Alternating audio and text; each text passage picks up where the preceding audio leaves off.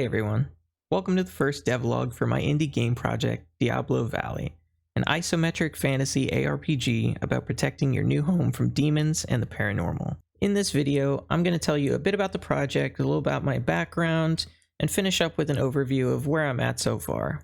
So let's jump into it. First off, I just want to make it clear that Diablo Valley is just a working title and not what the game is ultimately going to be called. While Diablo and Stardew Valley are major inspirations for this project, my goal is to make something unique based on my own interests. I'll also be drawing from a wide variety of influences besides those two, everything from Animal Crossing to Dark Souls to Silent Hill, just to name a few. So what is the game about, and what will the gameplay loop look like? As I mentioned earlier, the game is a classic-styled isometric ARPG. The player will assume the role of a wandering hero who's just arrived in a land that's being overrun by demons and the paranormal. The game will feature a main quest that will lead the player to discover the source of the demonic incursion, with a variety of side quests throughout. The game will also have base building mechanics which will tie into the various side quests, with some rewarding the player with decorative items to be used in personalizing the homestead, the player's home in the game. The basic gameplay loop will be some version of explore, kill monsters, loot items, and then return to base to buy and sell items and decorate your home. There will be various NPCs to interact with, boss encounters, and secrets to find through exploration, and maybe some puzzle solving elements too. I truly believe that there's room in the gaming space for an old school ARPG that can appeal to a more casual audience with simplified but engaging gameplay mechanics.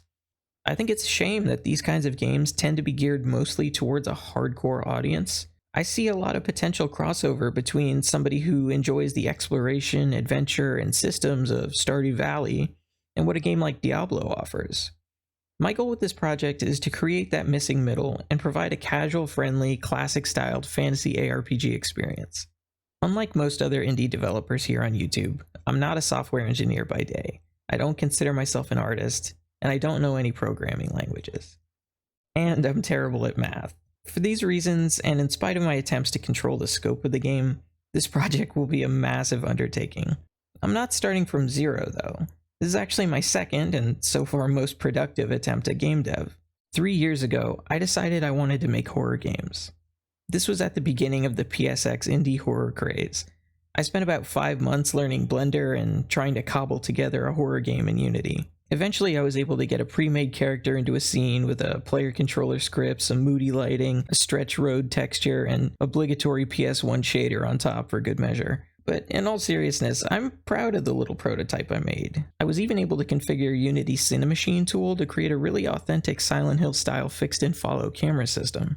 Something definitely clicked for me when my PS1 style character walked up to the driver's side of a pickup truck and the camera switched to a view from inside the vehicle where you could see a pistol sitting on the passenger seat with my character's head framed in the window looking in. It was really cool for me at the time. But for one reason or another, frustration, boredom, etc., I put aside game development and moved on. As you can probably tell by the fact that this video exists, I've decided to give game dev another shot. I've got all these ideas and inspirations, and I just really want to get them out and make something, even if it ends up being a total failure. Earlier, I said this has been my most productive attempt at making a game, and that's true, even though it may not look like it at a glance. The first time around, I was using pre-made assets, copy-pasting code from tutorials, and I generally just didn't know how any of it actually worked. The only thing I got an actual baseline understanding of was Blender. This time, I'm steering clear of Sketchfab characters, Mixamo rigs, and Unity itself. More on that in another devlog. But basically, if I didn't make it myself, I'm not using it.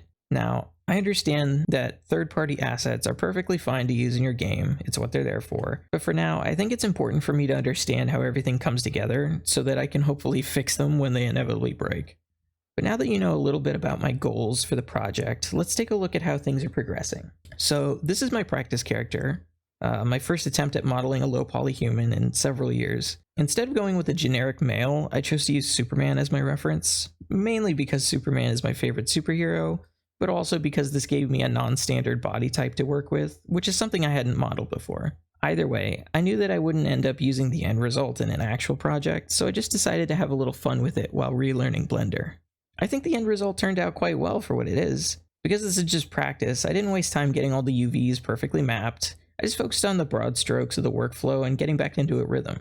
Finally, here's a little sneak peek of the pixel art shader I plan to use for all my asset renders. More on the game's art style in another devlog. So after that, I moved on to making the base character mesh that I can hopefully reuse and tweak when making human characters going forward. I'll probably end up making a female version of this mesh as well instead of altering the male one every time. But here's what we're looking like, and I have to say I'm pretty happy with how this one turned out. I actually did this without following a tutorial, which is definitely a step forward for me.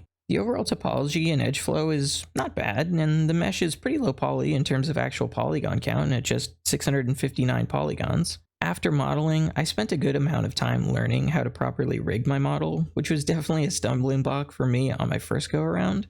I was able to get him rigged with IK controls, which are essential for all the posing that I'll be doing. Weight painting definitely took some time to get used to. I had to learn to work around all the little quirks with how the tool wants to behave, but once I got comfortable, I was able to get the mesh deforming fairly well with an acceptable amount of stretching for a low poly style. I have to keep in mind that everything's going to be pixelated anyway, and not to worry too much about everything looking perfect one-to-one. That's definitely going to come up in the next devlog, where I'll show you my first piece of armor that I've made.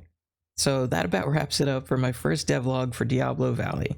I just want to quickly say that I won't be making a Patreon or monetizing this project outside of YouTube ads until I actually feel confident that I can get this project off the ground. I just don't feel comfortable taking anyone's money at this point while the game still only exists in my head. With that being said, if you'd like to support me in my game dev journey, subscribe to the channel and join me as I venture way outside my comfort zone. Also, leave a like as it helps with YouTube's algorithm. Thank you so much for watching. I'm gonna go now.